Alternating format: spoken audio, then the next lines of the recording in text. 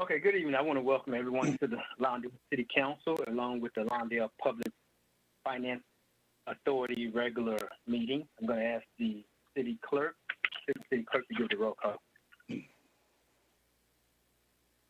Mayor Pro Tem Suarez. Here. Councilmember Osborne. Here. Councilmember Reed. Here.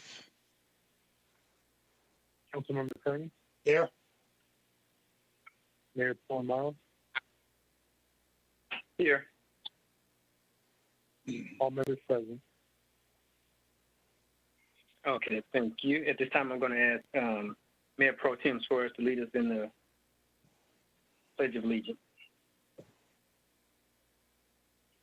I pledge allegiance to the flag of the United States of America and to the republic for which it stands, one nation, under God, indivisible, with liberty and justice for all. Thank you, madam. Next up is our public safety report. Let's call on Sergeant Nick for our public safety report. Yes, sir. Okay, good evening. Good evening, Mayor and members of the council. This is going to cover August 17th through September 7th. On August 17th, noontime, due to a recent increase in vehicle thefts, Deputy Ruiz was monitoring traffic at 161st Street and Freeman Avenue. He observed an ATV, that's an all-terrain vehicle, fail to stop for a posted sign. After contacting the rider and due to conflicting statements, it was determined the ATV was stolen. The driver was placed under arrest for possession of a stolen vehicle and theft by false pretenses. Transported and booked at South Los Angeles Station. On August 24th at 12:30 p.m., Deputy Velasquez responded to a hit-and-run traffic accident at 14253 Greville Avenue. The call stated the driver had fled the scene on foot. Witnesses gave the deputies a description, and he was relayed to assisting units. A male matching the driver was detained a short distance away who spontaneously stated that he was the driver. During a search of the vehicle, a backpack was recovered containing a loaded handgun. The driver also admitted to being an active gang member. The driver was placed under arrest for possession of a loaded firearm, not registered to the owner, participation in a criminal street gang, and hit and run. He was transported and booked at South Los Angeles Station. On August 29th at 4 a.m. in the morning, Deputy Campa conducted a traffic stop on 147th Street and Hawthorne Boulevard for tinted windows. After a short investigation, both occupants were detained pending a narcotics investigation. The driver was placed under arrest for methamphetamine. There was a backpack discovered near the passenger, which contained an unloaded handgun.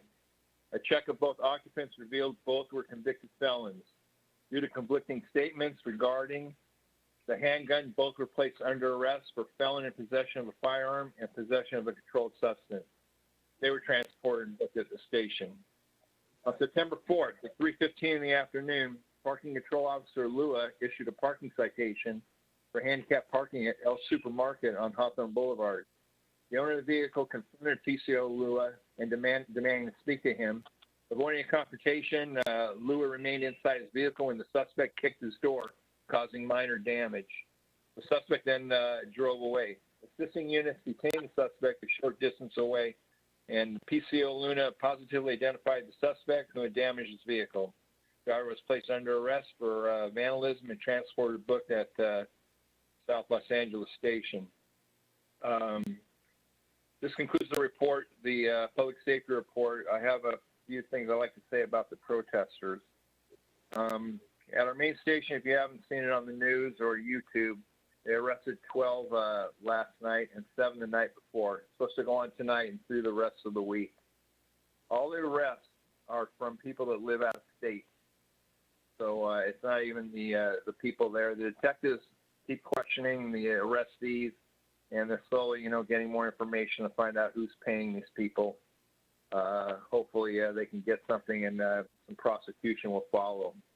As for Lawndale, I want to add that even stuff that's going on at the station has no bearing on the coverage for Lawndale. And if we do have any problems, we have all our other stations that will respond. Plus, we have the South Bay Mutual Task Force that will help us. And we have them, we have extra units in the city just eyeballing our critical facilities and everything like City Hall and some of the big buildings and, of course, the Lawndale Service Center itself.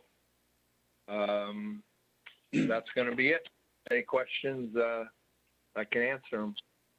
No. Good work, Sandy. Okay, thank you for that report, Sergeant. Question. Okay, seeing none, I want to thank you, Sergeant Nick, for your public safety report. Let's move to communications. Let's ask the assistant to give us any more communications that we might have. Thank you, Mr. Mayor. One public comment, I'll read verbatim. It's from Mike Don, board member of the South Bay Bicycle Coalition. Good evening, Mayor Paul Miles, City Council and staff. My name is Mike Don, and I'm a board member of the South Bay Bicycle Coalition, the SBBC, and a longtime resident of the South Bay area.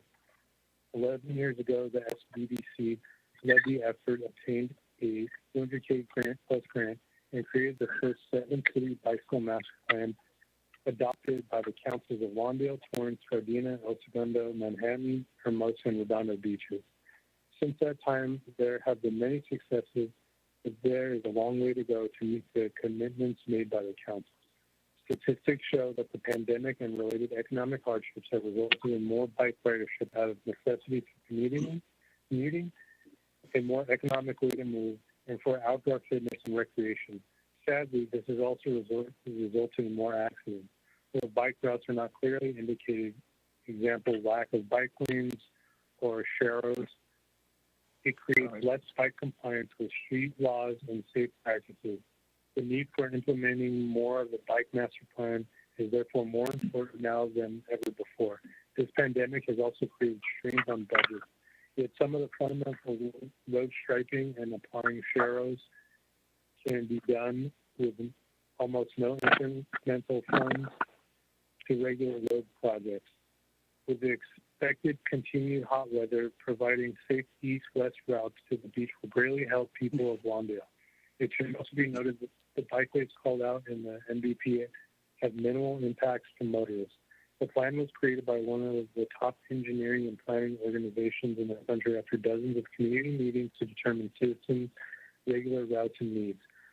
I think we all agree safety is paramount to pedestrians, bicycles, and motorists, and after 9 years, we are asking the city to take action and begin implementation of bikeways called out in the BMP, and that was approved in 2011. The plan has a prioritized list of recommended efforts for each city. Attached here is a prioritized list for Lawndale. I've attached the accident information regarding incidents reported in Lawndale. While illuminating, we also know that many incidents are not reported, so this list is not complete. Thank you for your time and dedication to improving the lives of Lawndale citizens. And that ends public comment. Okay, public comments. Let's see if there's any responsive public comments. We'll just go on randomly. If anyone has anything they want to add to the public comment. Since there was just one, seeing none, we will close public comment and comments from the council. We will proceed to item F, which is the consent calendar. What is the pleasure of the body concerning? Mayor, this is Councilman Kearney. I make a motion. Yes, sir. As written. Good evening, Mayor and the City Council member. This is Kahono, the interim director. Can I request to discuss about item number 4 of the consent items? And I would like to make a small clarification regarding the items. And I would like to be able to discuss with you after you move forward with the approval of the consent items. Okay, is it something you want to clarify before we vote on the consent calendar? Specifically for item number 4. Okay, why don't you go ahead and give us your comments so we have those before we vote on the consent calendar. Oh, thank you. Good evening, Mayor and members of City Council. In relevance to the staff report adopting the resolution number CC 2009-047, inadvertently, the original resolution that was submitted to the City Council was submitted without the prior approval of the City Attorney. And subsequently, staff made a minor revision to the resolution and was submitted to the City Council through the City Clerk's office. and staff requesting that the substitution of the resolution presented to you tonight, and also just for clarification and for the record, the funding that we are contemplating under this agreement actually is for the LRSP project, which will be discussed as an item number 13 on the agenda tonight. And it is actually as a state-funded project, and it's not federal aid project. And with that, I conclude my report, and I'll be happy to answer any question that you may have. Thank you. Okay, thank you for that report, the explanation. Are there any questions on that revision that we'll make part of the record and part of the motion? Is there any discussion on that? No. Okay, let's go ahead with the motion. Okay, this is Councilman Kearney, Mayor. I will make a motion to accept the consent calendar with. This is Councilman Reed. I'll second it. Okay, so the motion is made by Councilmember Pat Kearney and Councilmember Reed second the motion that we adopt the consent calendar.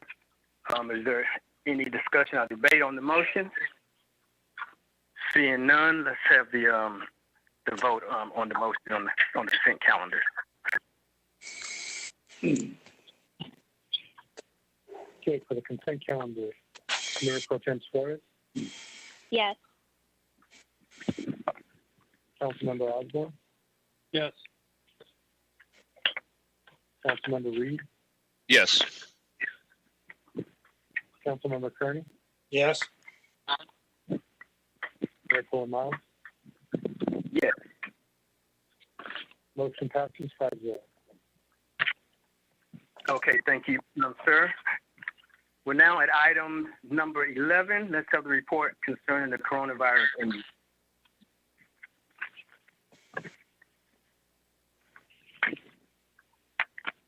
Is Michael here? Who's going to give that report? Yes, that should be, Mr. Mayor, this is Kevin Chun. It should be Michael. I'm not sure if he is having technical difficulties. Maybe he got kicked off. So we could hold that until he gets rejoin us and proceed with 12. Is he on now? That's right, he's trying to call back in right now. Okay, well let's have him to hold, and we'll just proceed to 12, and we'll back up to 11 once he establishes connection. Let's go to item number 12. Mr. Mayor, it's Kevin Chen again. Since Michael is not connected, number 12 is also his item. So if we could move on to number 13. Let's do 13 then. Okay. We'll roll with it. Let's do 13.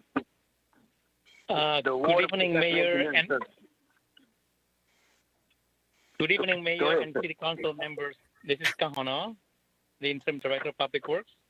And the staff report before you tonight is for the award of the Professional Service Agreement to Iteris Incorporated of Irvine for the local road safety plan study.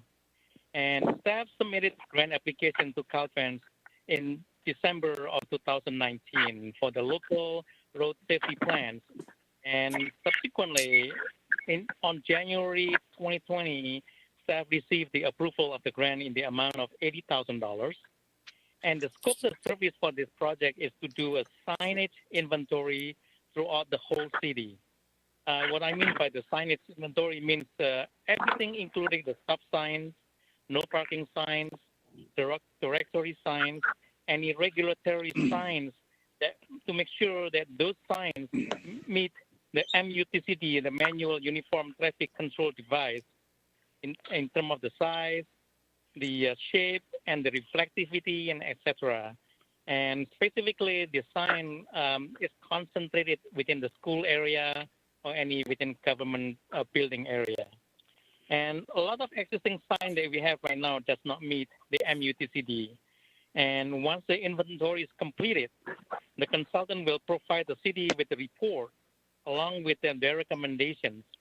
And the recommendations will be on priority basis. Maybe like priority number 1 is some kind of sign that will be really needed so that we at least, in the future or maybe next year, we should be able to apply the grant again for the implementation for the replacement of those signs that was recommended by the consultant.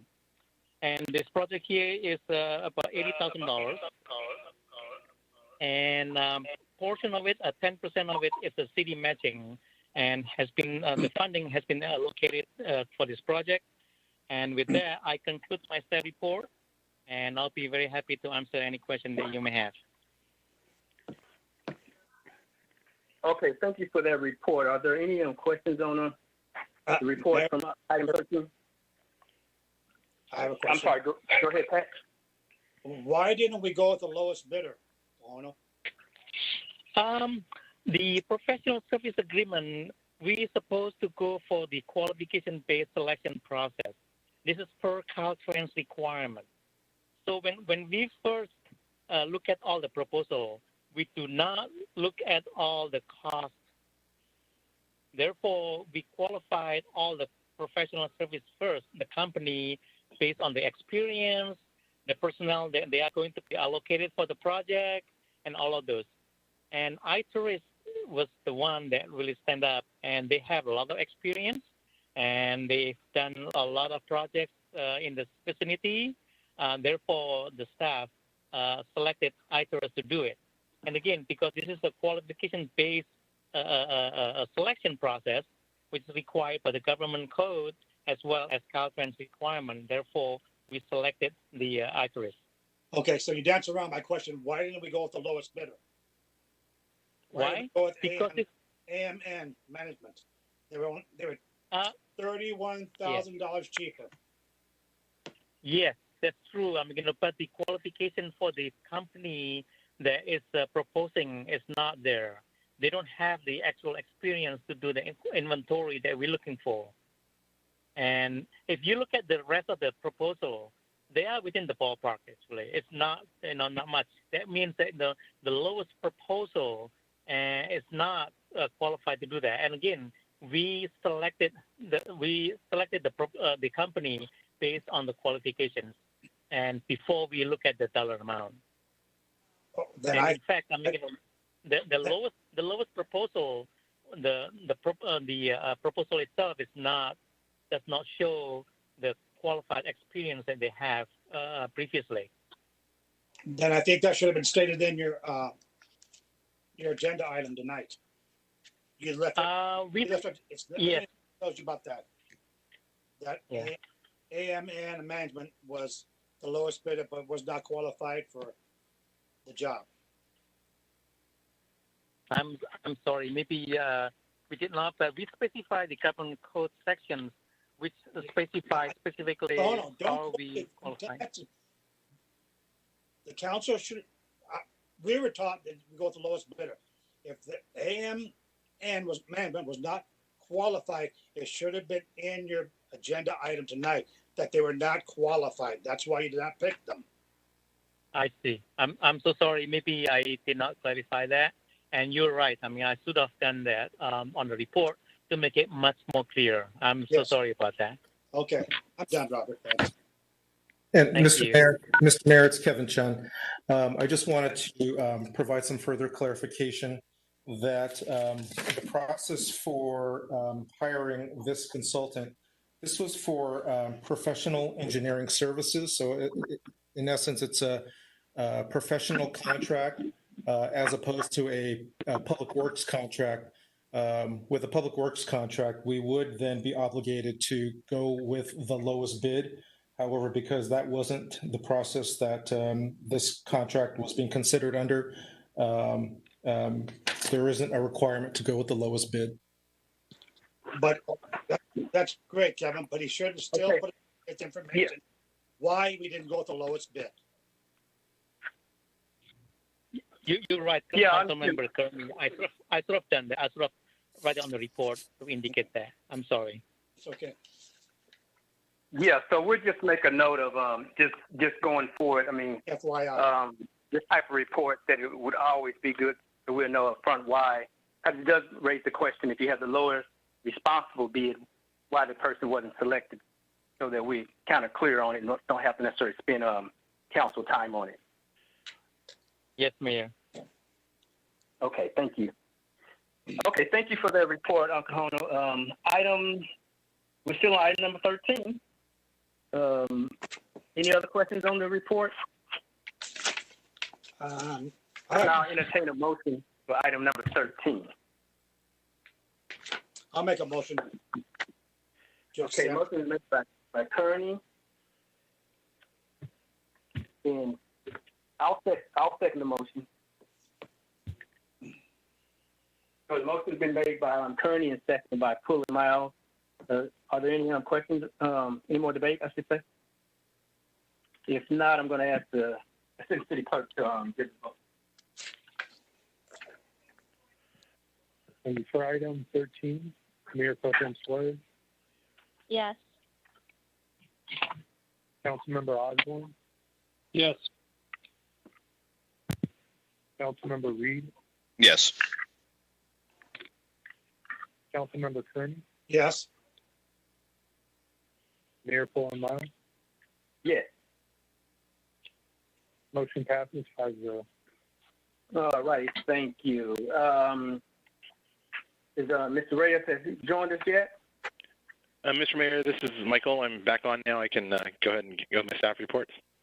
All right, let's start with item 11. Thank you. I apologize for getting knocked off there. I've been on the meeting the whole time, but I'm losing audio for some reason, so I'll just try to get through this. Good evening, Mr. Mayor and distinguished members of the City Council. Thank you for this opportunity to speak with you tonight. The purpose of this staff report is to inform the Council about the CARES Act funding that has been applied for and awarded to the City of Lawndale to assist with COVID-19 related costs and for staff's recommendations as to the best use of these awarded funds. Funding for the CARES Act is based on population, and as of today, $135,000 of the total allocation of $405,000 has been received by the city. These funds must be used directly for COVID-19 related expenditures, and all allocated funds must be spent before December 31st of this year and used to cover costs incurred between March 17th and December 31st, 2020. A large portion of funds will be used to reimburse the city for costs incurred as a result of Project Roomkey, such as sheriff's time spent at the Project Roomkey hotels, city attorney costs, and staff time spent providing outreach to the homeless. Additionally, costs will also be used to reimburse the city staff time lost during the mandatory quarantine of one of the city's departments.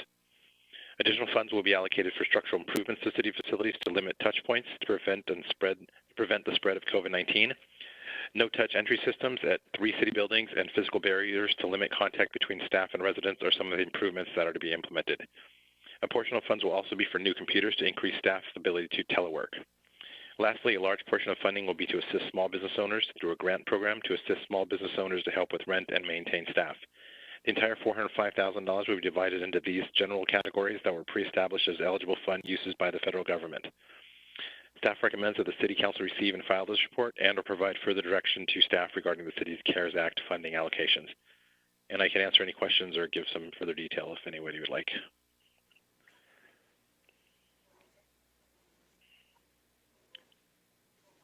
Okay, thank you for that report. I am glad to see that we are going to be reimbursed for some of the expenses that's related to Project Roomkey and outreach to the homeless. So that's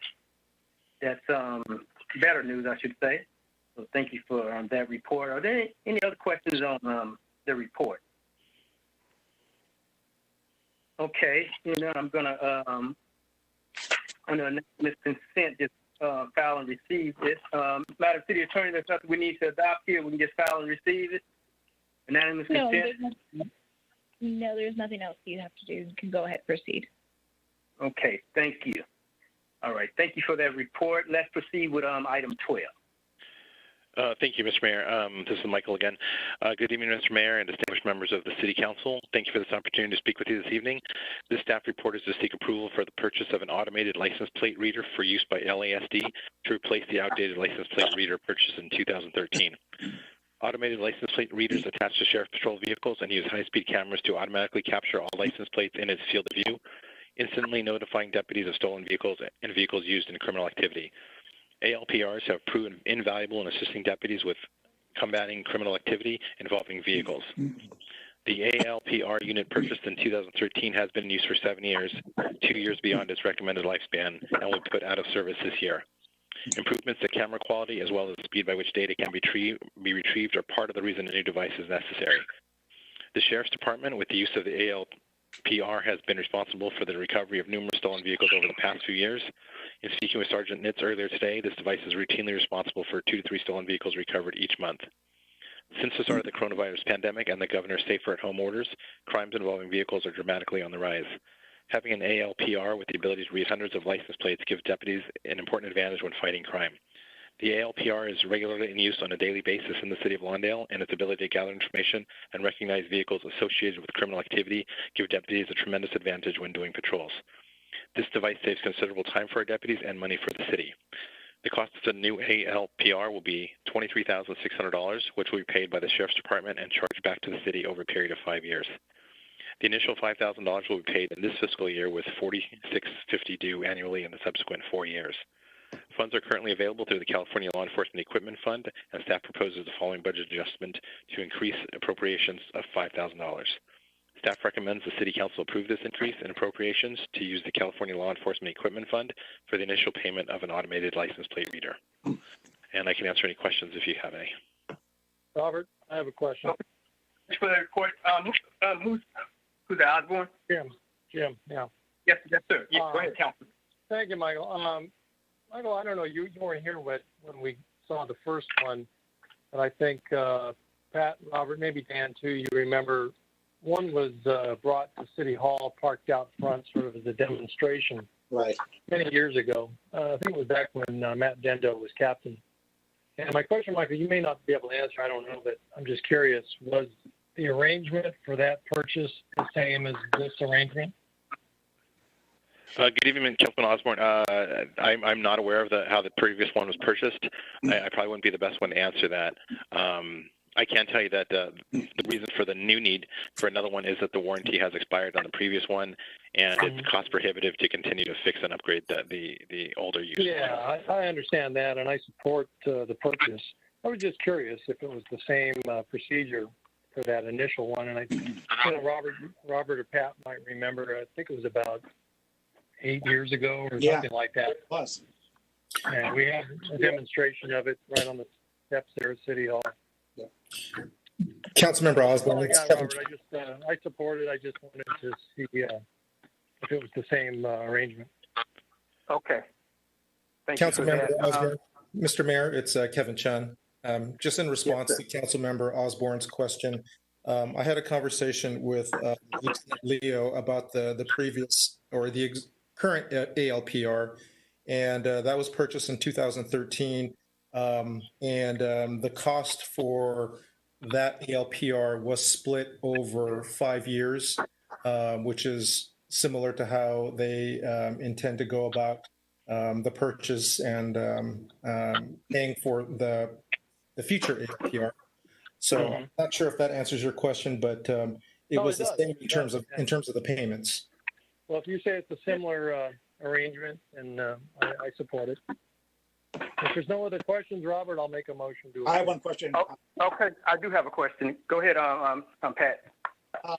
Michael, we have Good evening, Councilman. How are you, sir? available. Do we use that during the year, or can we put that all towards this and only owe $8,000? The fund, the California Law. There are available funds beyond the $5,000. In speaking with Marla, we decided the $5,000 up front might be just the smartest way to pay for it, rather than to exhaust the entire amounts that are in that fund. The entire amount is about $15,000, so it wouldn't cover the entire cost. Right, We'd have to come up with additional costs from another place. That's why we opted to just pay it in payments. So do we use that fund during the year besides this, or it just? We can whenever funding is needed and equipment is needed. It has specific purposes. Okay. So, but this would be a category that would be eligible. Okay. That's it, Robert. Thank you. Okay. Let me make sure I understand. Although we're putting up the money to buy the unit, essentially the county, the sheriff's department is going to be paying us back. So essentially it's going to zero out to where we're not actually paying for it. Is that what the arrangement is? Mr. Mayor, it's Kevin Chun again. The ALPR will be paid through the city's annual contract with the Sheriff's Department. So we will pay for it through our contract on a monthly basis. So the $5,000 will be spread out over the next 12 months or over the 12-month period. We're already into the fiscal year, but it's intended to be spread out throughout the year. So we will essentially be making monthly payments towards the $5,000. Okay. So we're making a payment for the basically for the service of it. Well, we're actually paying for the actual equipment. So the actual equipment is, as Michael mentioned, $24,000. So the sheriff's department will be paying for it, but they are only expecting, incremental payments over for each year. So for the first year, $5,000, and then the next 4 years, $4,600 and change. So I'm just trying to make sure I understand. So who actually owns the unit? Well, I guess we own it technically because we're paying for it, but it's going to be mounted on a sheriff's patrol vehicle.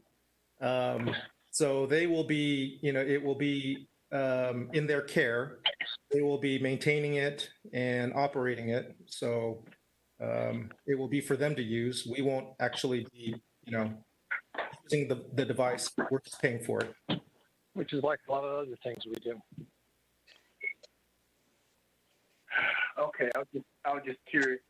Also, have there been any discussions on any civil liberties implications of using the scanner, the license plate? I know what the intended use is, but can someone? Good evening, Mr. Mayor. Hi, Mr. Mayor. Good evening. This is Michael again. I can address that a little bit. Can everybody hear me okay? I know I've been kind of dropping in and out. But in researching it, that was a question that was brought up. Some of the challenges say that deputies are getting unlawful access to information about drivers. That's not actually an accurate statement. The device reads license plates 100 per hour, something like that. But this is information deputies have access to anyway. If they physically entered every license plate, they could do just the same thing. None of the information is additional to what they already have access to. This simply allows them to access a lot of. Yeah, it's really just assist them, and rather than wasting time. I mean, 99% of vehicles are going to come back with nothing that's illegal about them, no violations. It's specifically going to be targeting stolen vehicles, vehicles that can be recovered, and vehicles that have warrants or warrants on them that were used in crimes. Additionally, information is held for a number of years, so if it comes back to if you have a crime that's being investigated and you want to put a criminal at a location from years prior, if a search of this can detect that vehicle was at that location that they suspected he was involved in. So there's a number of uses beyond just recovering stolen vehicles. All right. And I would add, Michael, we're seeing an increase in auto theft as reported by the Sheriff's Department. So this is something you want. Correct. This is a very helpful tool for the department. I don't think there's any real civil liberty issues with it. And again, it's just accessing information they already have the access to. All right. Instead of punching it in and waiting for the response, this device does it for them.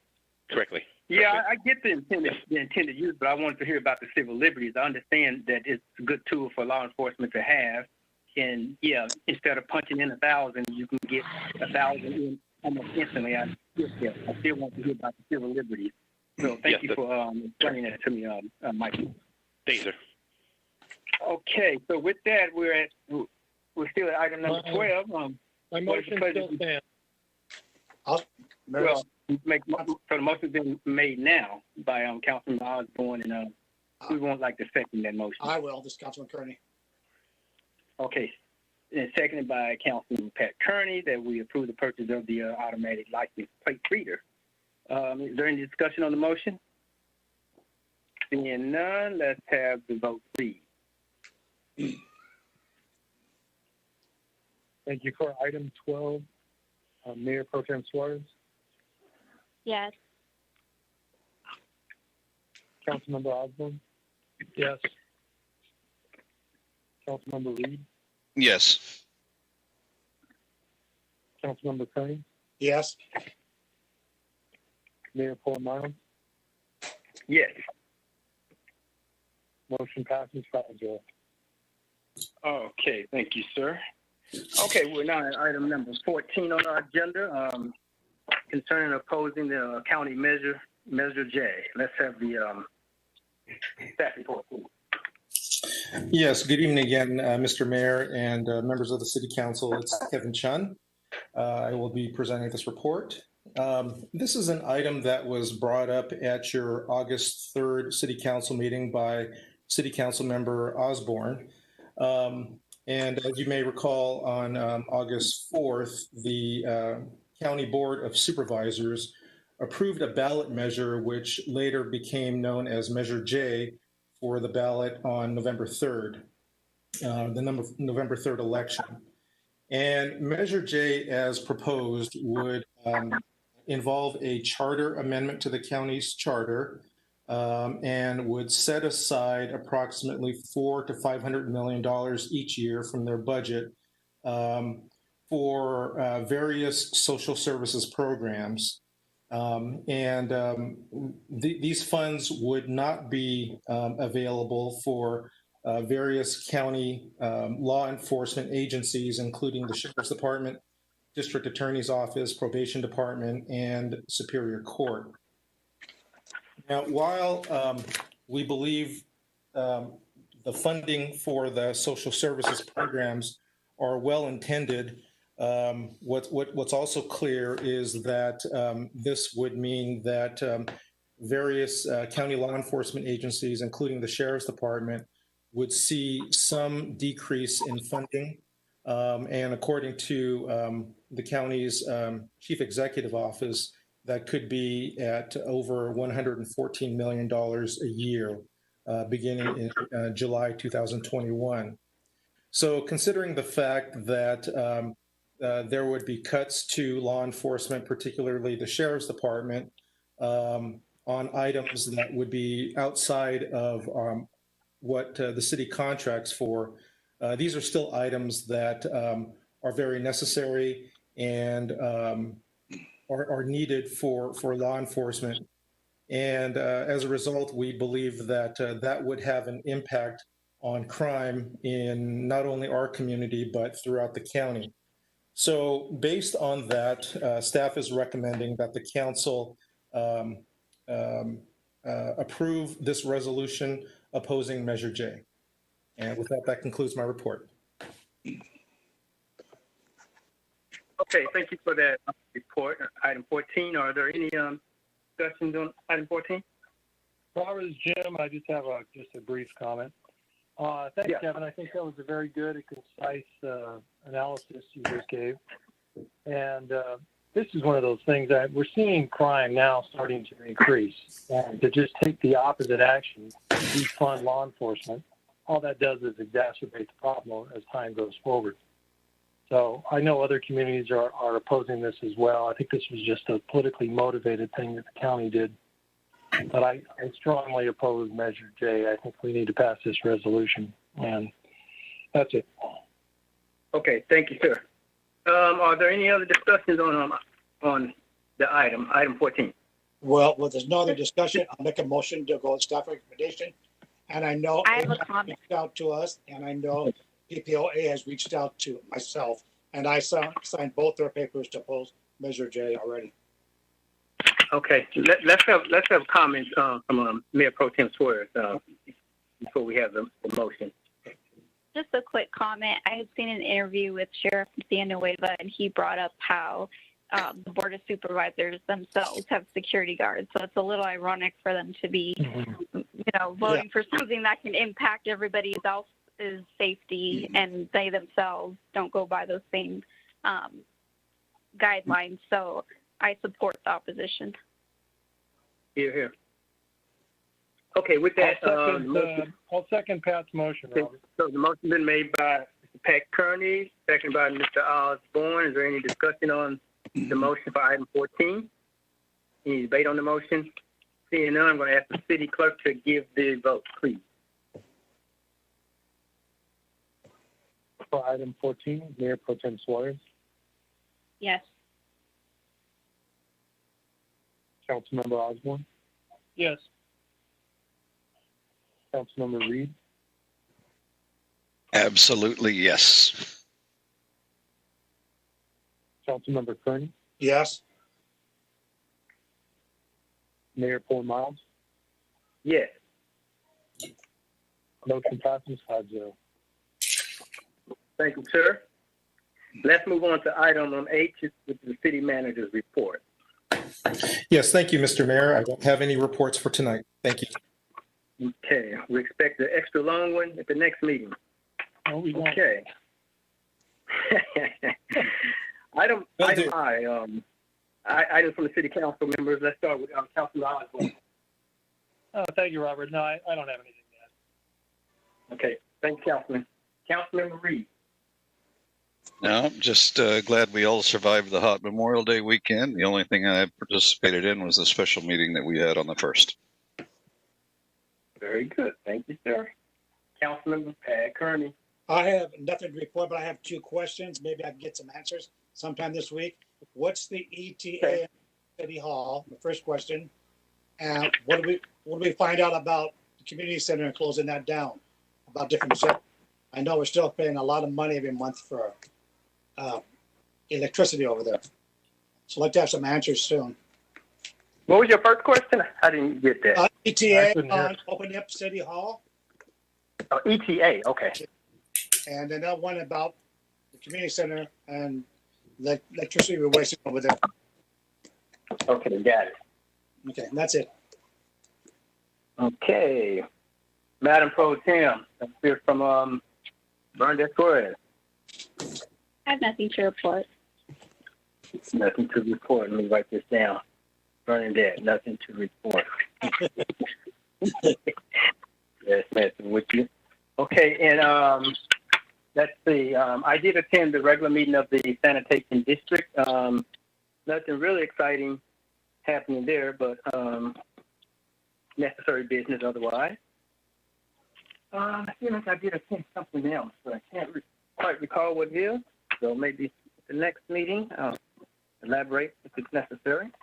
So with that, that's all I have to report.